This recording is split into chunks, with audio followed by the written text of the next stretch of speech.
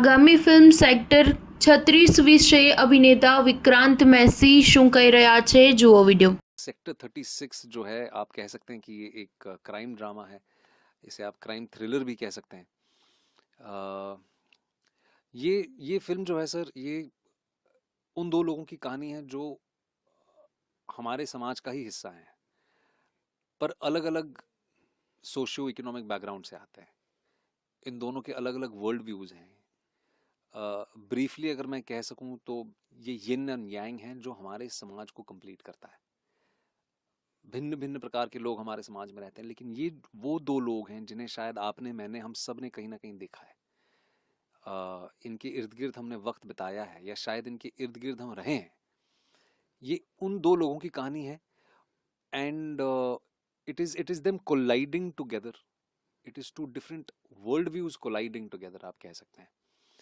और बाकी तो आई एम श्योर आप स्क्रीनिंग पे आएंगे हमारी, आप फिल्म देखेंगे।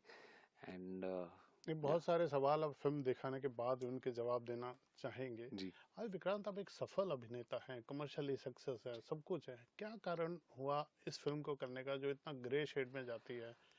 uh, सर, मेरा मानना है कि मैं एक स्टोरी टेलर हूँ। सबसे पहले तो थैंक यू इतना बड़ा कॉम्प्लीमेंट देने के लिए। सर, मेरा मानना है कि एज अ स्टोरी टेलर हर प्रकार की कहानियाँ मैं कहना चाहता हूँ। हर प्रकार की कहानियों को कहने की मेरी जिम्मेदारी है।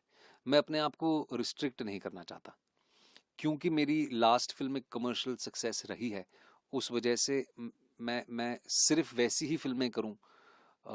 वो मुझे लगता है कि मेरा वैसे भी कभी करियर प्लान वैसा रहा नहीं है। मैं कहानियों से जुड़ता हूं सर। एंड मेरा ये मानना है कि ये सेक्टर 36 की जो कहानी है, ये बहुत ही महत्वपूर्ण कहानी है, और आज के दौर के लिए तो बहुत ही महत्वपूर्ण है। इसीलिए इस कहानी का हिस्सा बनना मेरे लिए एक सौभाग्य था। और जैसे आपने मुझे कहा, मेरे आसपास भी बहुत ऐसे लोग थे जिन्होंने मुझे उस वक्त कहा था, खास तौर पे 12th फेल के बाद, कि तुम्हें ऐसी फिल्म नहीं करनी चाहिए। पर मेरा वो मानना नहीं है सर। कुछ कहानियां होती हैं जो जो बहुत इंपॉर्टेंट होती हैं, and this is one of them. ये कैसे रुकेंगी घटनाएं? सर, मेरे अंदर भी वही बीतता है जो आपके अंदर बीतता है। ब्रीफली अगर मैं इतना कहना चाहूँ तो कल ही राष्ट्रपति जी ने कहा कि अब वक्त आ गया है कि हम वाकई कुछ करें, लिप सर्विस ना दें। और जब देश की जो राष्ट्रपति जी हैं, जब वो ये कह रही हैं, तो वाकई में मेरे ख्याल से मेरे को भी आपके चेहरे पे जो शिकंज और दुख दिख रहा है वो मैं महसूस कर पा रहा हूँ। मुझे बिल्कुल वैसा ही लगता है जैसे इस वक्त आपको लग रहा है, और हम सबको लग रहा है। और वोकल इसीलिए रहते हैं क्योंकि sir, we are citizens of this country. आप एक पत्रकार हैं, मैं एक एक्टर हूँ, कोई एक बैंकर है, कोई कुछ है, लेकिन उससे पहले हम सब इस समाज का हिस्सा हैं। और मैं अपने देश से बहुत प्यार करता हूँ। इसीलिए जो चीज़ें ठीक नहीं हो रही हैं उनको ठीक करने का मेरा प्रयास रहता है। मैं अपनी कहानियों के माध्यम से लोगों को इंस्पायर करना चाहता हूँ। मैं उस एक कॉमन मैन की आवाज़ बनना चाहता हूँ। इसीलिए सर मैं वोकल इसीलिए रहता हूँ, और क्योंकि एक ही जीवन मिला है और कुछ ही समय अभिनय कर पाऊंगा, तो कोशिश ये करता हूँ कि इस दौर को मैं एक रिप्रेजेंट कर पाऊँ अपनी कला के माध्यम से। सर मेरा, देखिए, मैं ऑनेस्टली इतना क्वालिफाइड हूँ नहीं। अनफॉर्चुनेटली ये मेरे से पहले से चलती आ रही हैं चीज़ें। दुख इस बात का है कि आज भी चल रही हैं। कैसे रुका जाएगा? मेरे ख्याल से उसके लिए ऑलरेडी जो क्वालिफाइड लोग हैं वो प्रयास कर रहे हैं। हम अपनी तरफ से प्रयास कर रहे हैं।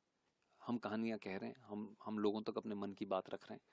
आप पत्रकारिता के माध्यम से सवाल उठा रहे हैं, लेकिन जो actual in position of change है वहां पे लोग काम कर रहे हैं। पर ये चेंजेस बहुत स्लो होते हैं सर, ग्रेजुअल होते हैं। ये जेनरेशनल शिफ्ट्स होते हैं। रातों रात ऐसी चीजें नहीं बदलती हैं।